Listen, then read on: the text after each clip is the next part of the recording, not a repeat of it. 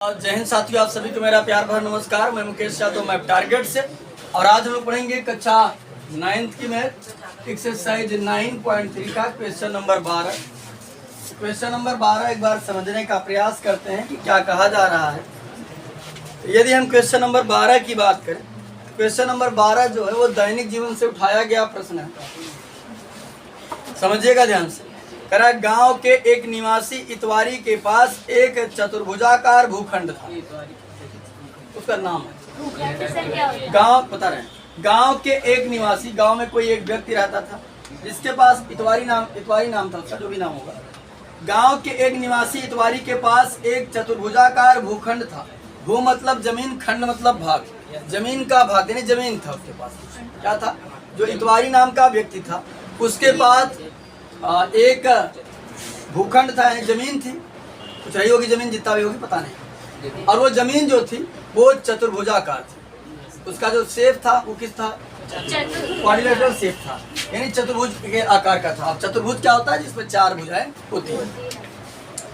गांव के एक निवासी इतवारी के पास एक चतुर्भुजाकार भूखंड था, यानी गांव का कोई एक व्यक्ति था, उसके पास जमीन थी। वो जमीन जो थी वो चतुर्भुज के आकार की थी, यानी उसके पास खेत था, समझ लीजिए अपनी भाषा में। उस गांव की ग्राम पंचायत ने, यानी उस गांव की जो ग्राम पंचायत थी, उस गांव की ग्राम पंचायत ने उसके भूखंड के एक कोने से कुछ भाग लेने का निर्णय लिया।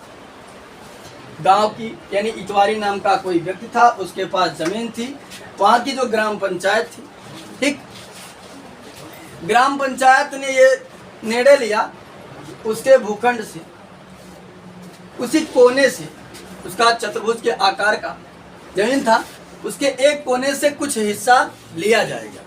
समझिए, उस गांव की ग्राम पंचायत ने उसके भूखंड के एक कोने से कुछ भाग लेने का निर्णय लिया ताकि वहां एक स्वास्थ्य केंद्र का निर्माण कराया जा सके। ग्राम पंचायत ने उसके भूखंड से जो है वो कुछ भाग लेने का जो है निर्णय लेता है ताकि जो है कि वहां पर स्वास्थ्य केंद्र मतलब जानते हैं हॉस्पिटल, ठीक, हॉस्पिटल बनाया जा सके। क्या समझिएगा?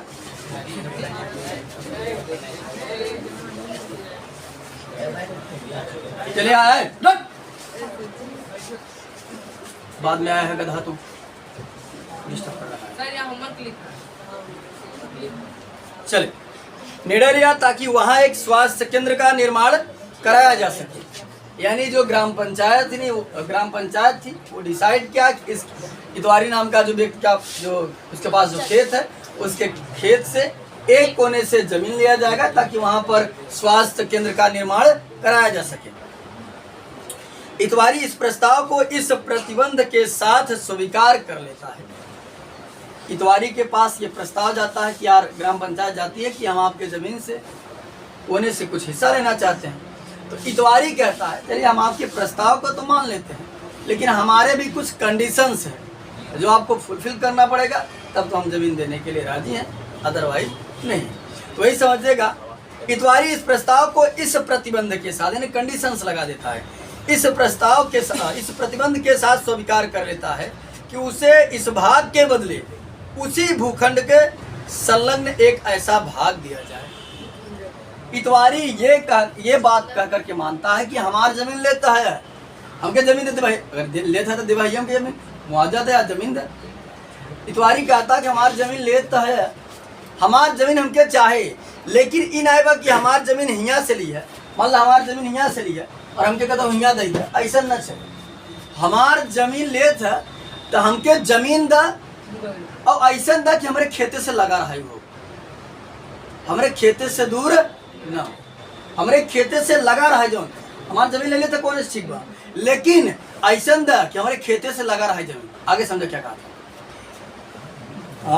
इतवारी इस प्रस्ताव को इस प्रतिबंध के साथ स्वीकार कर लेता है कि उसे इस भाग के बदले उसी भूखंड के संलग्न मतलब होता लगा हुआ, संलग्न एक भाग ऐसा दिया जाए कि उसका भूखंड त्रिभुजाकार हो जाए।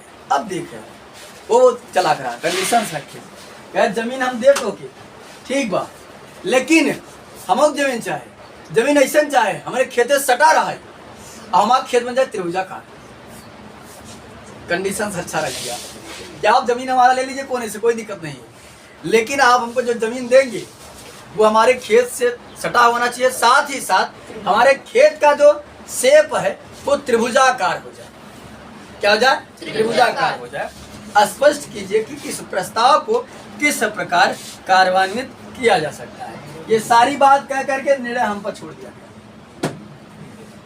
पेशेंट में सारी बात कह करके निर्णय हम पर ये छोड़ दिया गया कि कहाँ से जमीन लिया जाए और कहाँ से जमीन दिया जाए, ताकि उसको जितना जमीन उसका लिया जा रहा है उतना ही जमीन उसको दिया भी जाए, साथ ही साथ उसके खेत से संलग्न हो, लगा हुआ हो, साथ ही साथ उसके खेत का आकार जो है वो त्रिभुजाकार हो जाए। इन सभी बातों को ध्यान में रखते हुए हमें बताना है।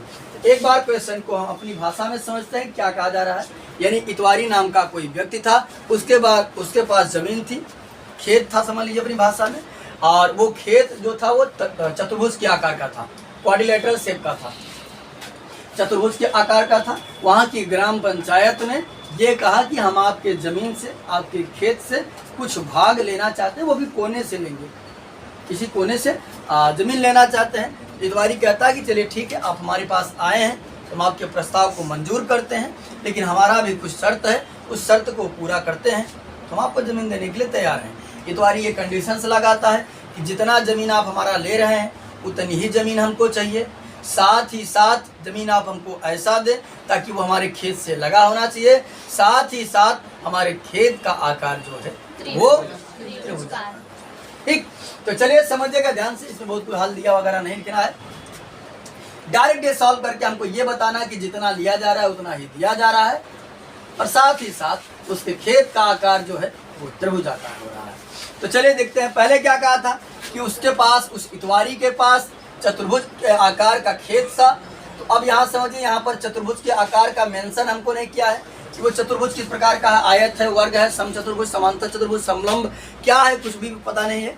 तो हमने हमारे मन में जैसा कुछ भी आया हमने एक चतुर्भुज बना दिया, क्योंकि कोई बाउंडेशन नहीं है। एज यू लाइक, जैसी आपकी इच्छा आप बना दीजिए, बस यह है कि चतुर्भुज है तो चार भुजा होना स्वाभाविक सी बात है। तो हमने एक चतुर्भुज बनाया, नाम दे दिया ABCD। इतनी बातें सबको कंफर्म है? चलिए अब यहाँ समझिएगा ध्यान से, अगर हम बात करें तो वो कह रहा है कोने से जमीन लेना चाहता था। कहाँ से? कोने से। तो हमने मान लिया चाहे हम यहाँ कोने से दे दें, चाहे यहाँ कोने से दे दें, चाहे यहाँ कोने से दे दें, चाहे यहाँ कोने से, कहीं भी कोने से दे सकते हैं, कोई दिक्कत नहीं। तो हमने क्या काम किया, यहाँ कोने से उसको कुछ जमीन दे दिया। बस सुनाई,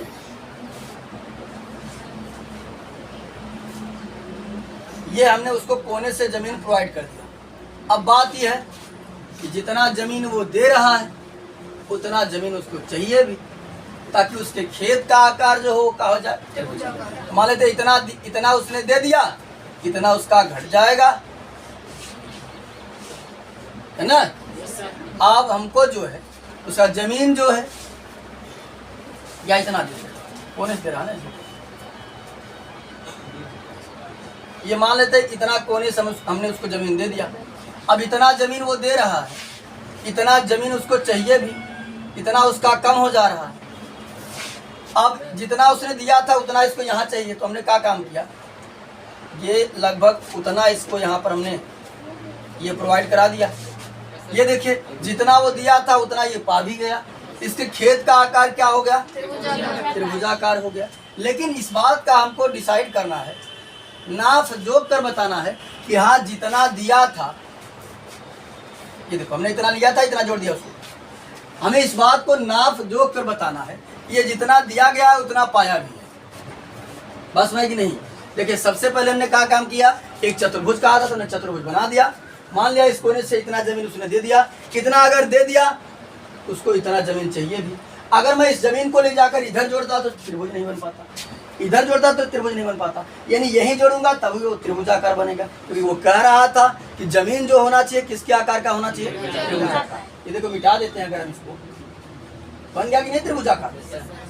तो यहाँ समझिएगा ध्यान पूर्वक, लेकिन हमको अब ये बताना है कुल मिलाकर ये एरिया और ये एरिया आपस में क्या है, बराबर। इस एरिया को हमने करने के लिए, बराबर करने के लिए इतनी बातें सबको कंफर्म हुई कि नहीं? देखो चतुर्भुज बनाए, इतना दिया, इतना पाया, त्रिभुजाकार बन गया है। अब इस एरिया और इस एरिया को हमको बराबर दिखाना है। इस एरिया यानी इस क्षेत्रफल और इस क्षेत्रफल को बराबर दिखाने के लिए सबसे पहले हमने विकर्ण BD खींच लिया। क्या खींचा? BD। और इस BD के समांतर हमने एक यहाँ इस BD के समांतर हमने CE खींच दिया। ये देखो हमारी फाइनल आकृति बनकर के तैयार। बस मैं सबको तो चलिए कुल मिलाकर हमको ये एरिया और ये एरिया दोनों का करना है, बराबर करना है। तो रचना में अगर लिखना चाहें तो लिख लीजिएगा कि विकर्ण BD के समांतर, अरे उसी में लिख दीजिए, ये बता देना है बस। विकर्ण BD के समांतर CE खींचा, CE खींचा। अब यहां समझिएगा इसका मतलब ये रेखा और ये रेखा का हो गई समांतर। बातें सभी को कंफर्म है? चलिए ये बच्चे, अब अगर हम बात करें तो हमारे पास दो त्रिभुज हैं। एक का नाम बात करें अगर तो हमारे पास है त्रिभुज ABE, त्रिभुज ABE। दिख रहा है तो अच्छी बात है, नहीं दिख रहा तो हम दिखा देते हैं। DBE, DBE यानी ये वाला त्रिभुज। और एक हमारे पास है त्रिभुज DCB, दिखा ये रहा DCB। ये दोनों त्रिभुज दिखे कि नहीं दिखे आपको? चलिए अलग अलग बना दें, का दिख रहा है? चलिए इसको मिटा देंगे तो ये दोनों हो सकता है विजिबल होने लगे। एक ये वाला और एक वाला विजिबल होने लगा है ना। इसको मिटा भी देते हैं, ये आवश्यकता नहीं है। ये और अच्छे तरीके से देखो, एक हमारा ये बना और ये दिख रहा सबको। अगर बच्चे में बात करूं, ये दोनों त्रिभुज ध्यान दीजिए, चाहे मैं कराऊं DBE तो DBE तब पर भी ये BD नाम की रेखा आ रही है। और यदि मैं कराऊं DCB तो DCB तब पर भी ये BD नाम की रेखा आ रही है। यानी BD जो है ये दोनों त्रिभुजों में आ रही है, अरे नहीं आ रही है? क्या हो जाएगी? उभयनिष्ठ। साथ ही साथ ये दोनों त्रिभुज क्या इन दोनों रेखाओं के बाहर स्थित है? क्या एक ही समांतर रेखाओं के मध्य स्थित है। लिख देते हैं त्रिभुज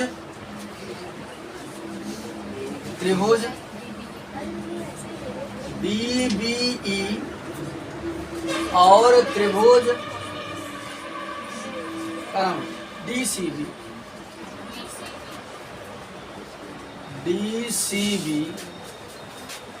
एक ही समांतर रेखाओं के मध्य, एक ही समांतर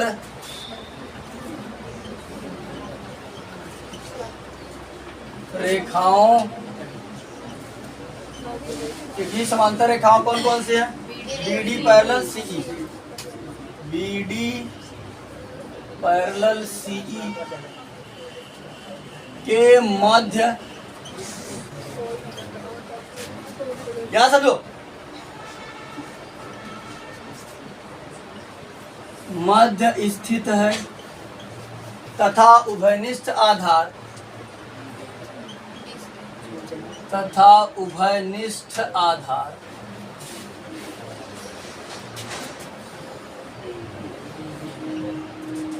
उभयनिष्ठ आधार क्या है? BD है। अब हमने पढ़ा है कि यदि दो त्रिभुज एक ही समांतर रेखाओं के मध्य स्थित और उनका आधार एक ही हो, उनका एरिया आपस में क्या होता है? बराबर होता है। यानी एरिया ऑफ का नाम था DCB बराबर area of DBE। Area of DCB बराबर एरिया ऑफ क्या हो जाएगा? DBE। अब आगे थोड़ा ध्यान से समझो बच्चे, समझाते हैं। इसको थोड़े समय के लिए मिटा देते हैं। यहाँ पर अगर ध्यान से देखेंगे तो आकृति में यहाँ नाम है ओ, ये है ना। अब समझिएगा ध्यान से बच्चे, अगर मैं इस डीसीबी की बात करूं, ये रहा डीसीबी, ये डीसीबी कुल मिलाकर दो पार्टों से मिलकर बन रहा है। एक का नाम है डीसीओ, डीसीओ, और फिर नाम है डीओबी, यानी ये पार्ट और ये पार्ट मिलके बन रहा है ना। ये पूरा भाग जो है इतने और इतने से मिलके बन रहा है ना। इस पूरे की जगह मैं इतना प्लस इतना लिख सकता हूँ, एरिया ऑफ डीसीओ प्लस इन इसका एरिया बराबर area of DOB, area of DO बराबर। इसी प्रकार से बच्चे यदि मैं बात करूं, देखो समझा, अगला हमारा है डीबीई, डीबीई ये भी दो पार्टों से मिलके बना है। एक का नाम है डीओबी और दूसरे का नाम है बीओई। लिख देंगे area of DOB plus area of BOE बराबर के इस साइड और उस साइड यदि मिलता रहता है तो कट जाता है। डीओबी से डीओबी कैंसिल आउट हो गया, तो हो गया हमारे पास एरिया ऑफ बीसीओ बराबर एरिया ऑफ बीओई। अब यहाँ समझिएगा ध्यान करो, ये रहा हमारा डीसीओ, देखो ये एरिया दिया था ना, और यही पाया था। ये तो हमने अपने काम के लिए इनको ड्रा किया है, इन दोनों रेखाओं को हमने अपना काम सेट करने के लिए ड्रा किया है। बाकी ये दिया था, ये पाया था, इसका एरिया हमको बराबर दिखाना था, जितना दे रहा है उतना पा रहा है। ये देखो ये था डीसीओ, डीसीओ ये एरिया दे रहा था, अब पा कौन रहा था, बीओई, बीओई। ये देखो इसका क्षेत्रफल और इसका क्षेत्रफल हमने क्या किया, बराबर दिखा दिया, ठीक। तो वो जितना दे रहा तो उसको उतना मिलना चाहिए। इतना करने के बाद लास्ट में हिंदी लिखेंगे, हाँ लास्ट में हम लोग हिंदी लिखेंगे कहा कि इतवारी को क्या समझिए, क्या लिखेंगे, इतवारी को डीसीओ क्षेत्र देकर, डीसीओ क्षेत्रफल दे करके बीओई क्षेत्रफल प्राप्त करना चाहिए, जिससे उसके खेत का आकार त्रिभुजाकार हो जाए, ठीक। फिर से एक बार हिंदी ध्यान से सुनिएगा, लास्ट में लिख लीजिएगा जरूर। इतवारी को डीसीओ क्षेत्रफल दे करके बीओई क्षेत्रफल लेना चाहिए, जिससे उसके भूखंड का आकार त्रिभुजाकार हो जाए, ठीक। तो आज की क्लास में हमने एक्सरसाइज 9.3 का क्वेश्चन नंबर 12 बहुत ही आसान शब्दों में हम लोगों ने समझ लिया है। बाकी जो बचे हुए क्वेश्चन है उसे नेक्स्ट क्लास में कंप्लीट करने का प्रयास करेंगे। इस वीडियो में इतना ही, बाकी मिलते हैं नेक्स्ट वीडियो में, तब तक के लिए जय हिंद।